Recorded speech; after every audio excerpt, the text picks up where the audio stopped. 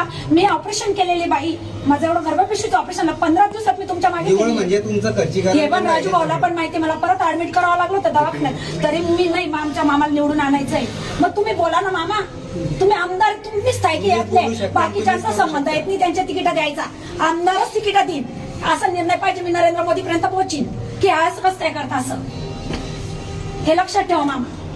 जसं सगळे आमदार बोलतात तुम्ही बोलायचं ना, कोणी बी येईन प्रवेश करीन त्यांना तिकीट, असं थोडी चालतं. मग 5 वर्ष आधी यायचं होतं त्यांनी आणि हे करायचं होतं बीजेपीचा प्रचार. एकटीने कमळ आणलंय पक्ष प्रभाग एकला, कमळ कुठे विसरले होते लोक, एकटीने आणलंय. मी एकटी आहे, सांगा तुम्ही, नंतर मी पाया जोडल्या एवढे प्रभागात कोण येत होतं, मला त्याचं उत्तर दे.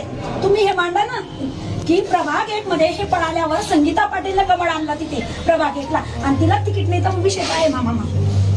माझा राग नका येऊ तुम्हाला, माझा तुमच्याबद्दल काहीच राग नाहीये. मग तुमच्यावर दबाव येतो तर तुम्ही बोला ना, जसं मी तुम्हाला बोलते. तर आम्ही लोकांना फेस नाही करू शकत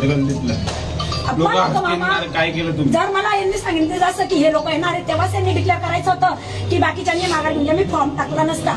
मी तुम्हाला काय सांगितलं, तुम्ही म्हणजे टाकून ठेवा. मी काय बोलले, टाकणार नाही. मी इज्जतदार पाहिजे, कारण आपल्याला पडत नाही. मी कोणत्याच पक्षात जाणार नाही. आम्ही प्रचार कोणाचाच करणार नाही, त्यांचा प्रचार करायचा, आम्ही कामं करायचे. मग आम्ही कुठे जायचं. पगार मी माझ्या नवऱ्याचा खाईन, दुसऱ्याला भाकरी खाऊ घालीन का, माझ्या नवऱ्यालाच खाऊ घालीन ना. तसं पक्षाचं काम करते तर पक्षाने मला द्याल का, दुसऱ्याचा झेंडा द्यायला लालचा का पक्षाने मला, हे मला उत्तर पाहिजे. मी आतापर्यंत बोलत नाही, कोणी माझं नाव सांगितलं असेल किती बाई अशी तसं आहे, पण मी एक वचनी बाई, मी काम करणारी बाई, मी सगळ्यांची हसते आणि जास्त बोलते, म्हणूनच माझा प्रचार आहे. जेव्हा यांना प्रवेश झाला तर मला 100 ते 150 लोक घरी भेटायला आले. ताई तुमचं काय, मी काय सांगलं, माझा मामा, त्याच्यावर विश्वास.